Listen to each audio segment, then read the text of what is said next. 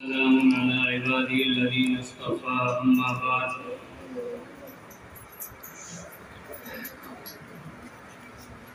عن ابن عباس رضي الله تعالى عنه قال النبي صلى الله عليه وسلم اغتنم خمسا قبل خمس شبابك قبل حرمك صحتك قبل سقمك غناك قبل فقرك فراغك قبل شغلك وحياتك قبل موتك رواہ الترمذی۔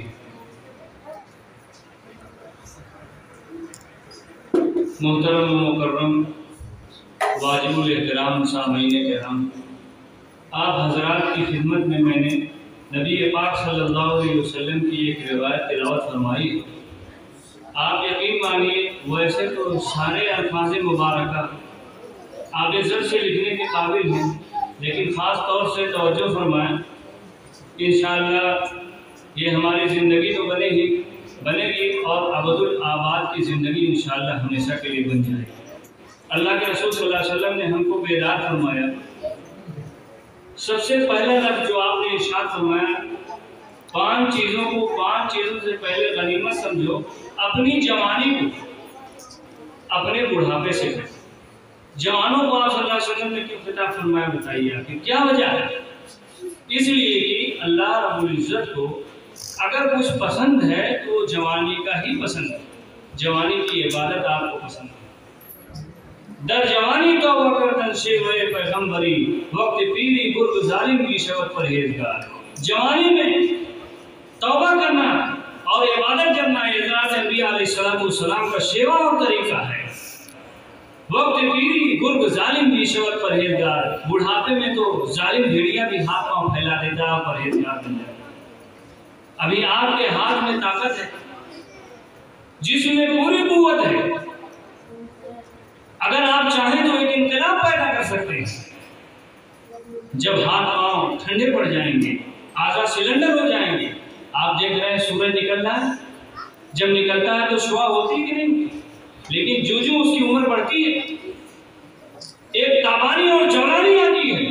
جب 12 بجتا ہے، جاؤ دیکھو کوئی سورج کو اپنی آنکھ ملا لے تو میں جانوں، لیکن ایک وقت ایسا بھی آتا ہے جب سورج ڈھلان پر ہوتا ہے اور دھیرے دھیرے جا کر ڈوبنے کے قریب ہوتا ہے تو شعاع بھی ختم ہو جاتی ہے جو نکلتے وقت ہوتی ہے۔ تو آپ جوانی کی طرف جا رہے ہیں، دھیرے دھیرے، اور جوانی میں ہر طرف شہوات کا راستہ شیطان بالکل کھلا رکھتا ہے۔ جدھر آپ نظر اٹھائیں گے آپ کو ہر طرف راستہ ہی راستہ نظر آئے گا۔ اس لیے جوانی میں اپنے نفس اور شیطان سے زیادہ ہوشیار رہنے کی ضرورت ہے اور باغ ڈور کو پورے طریقے سے کنٹرول کرنے کی ضرورت ہے۔ اور جب آپ بوڑھے ہو گئے، اللہ کے دربار میں آئے اور رجوع کیے، وہ بھی خیر اللہ کی توفیق شامل حال ہو جائے بہت بڑی بات ہے، لیکن میرے محترم بزرگوں اور دوستوں، اللہ تعالیٰ کو جتنی عبادت اور جتنا مجاہدہ جوانی کا پسند ہے اتنا جو ہے بڑھاپے کا نہیں۔ دیکھو یوسف علیہ السلام کو زلیخا نے وراودت التی ہوا فی بیتہا وغلقت الابواب، زلیخا نے باقاعدہ دروازے بند تھے کمروں کے اندر، لیکن یوسف علیہ السلام کی بھرپور جوانی ہونے کے باوجود یوسف علیہ السلام نے قرآن کہہ رہا ہے، کیا فرمایا؟ قال ربی احسن مثوایا، میرے رب کے پاس اس سے بہترین ٹھکانہ ہے۔ تو اللہ رب العزت نے یوسف علیہ السلام کو بادشاہت عطا فرمائی اور وہی زلیخا پھر سے جوان کر کے یوسف علیہ السلام کے نکاح میں آئی۔ آج اگر اپنی جوانی کو قربان کر دو گے اللہ تعالیٰ کے لیے تو انشاءاللہ کامیابی طے ہے۔ اس لیے شاعر کہتا ہے، کسی خاکی پر مت خاک کر اپنی زندگانی کو، کسی خاکی پر فدا اس پر دیا جس نے جوانی دی۔ اللہ نے جوانی دی ہے، آج جو چاہو آپ کر سکتے ہو۔ محمد بن قاسم نے 17 سال کی عمر میں ہندوستان کو فتح کر دیا۔ سلطان صلاح الدین ایوبی رحمۃ اللہ علیہ نے 21 سال کی عمر میں حضرت عمر کے بعد بیت المقدس کو فتح کر دیا۔ حضرت مولانا قاسم صاحب نانوتوی، حضرت مولانا رشید احمد صاحب گنگوئی دارالعلوم دیوبند کی بنیاد رکھنے کے کسی کی عمر 35 سال سے زیادہ نہیں تھی۔ آپ اگر کوئی انقلاب پیدا کر سکتے ہیں تو آپ جوانی میں کر سکتے ہیں۔ میں دوسروں کی کیا بات بتاؤں، جو حوصلہ اس وقت تھا آج وہ حوصلہ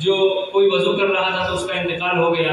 مفتی تقی صاحب دامت برکاتہم نے واقعہ نقل کیا ہے کہ میرے والد صاحب مفتی شفیع صاحب رحمۃ اللہ علیہ قرآن پاک کا ایک آدمی انگلش میں ترجمہ کر رہے تھے، انا للہ و انا الیہ راجعون پر پہنچے تو ان کا انتقال ہو گیا۔ موت کب آ جائے کسی کو پتہ نہیں،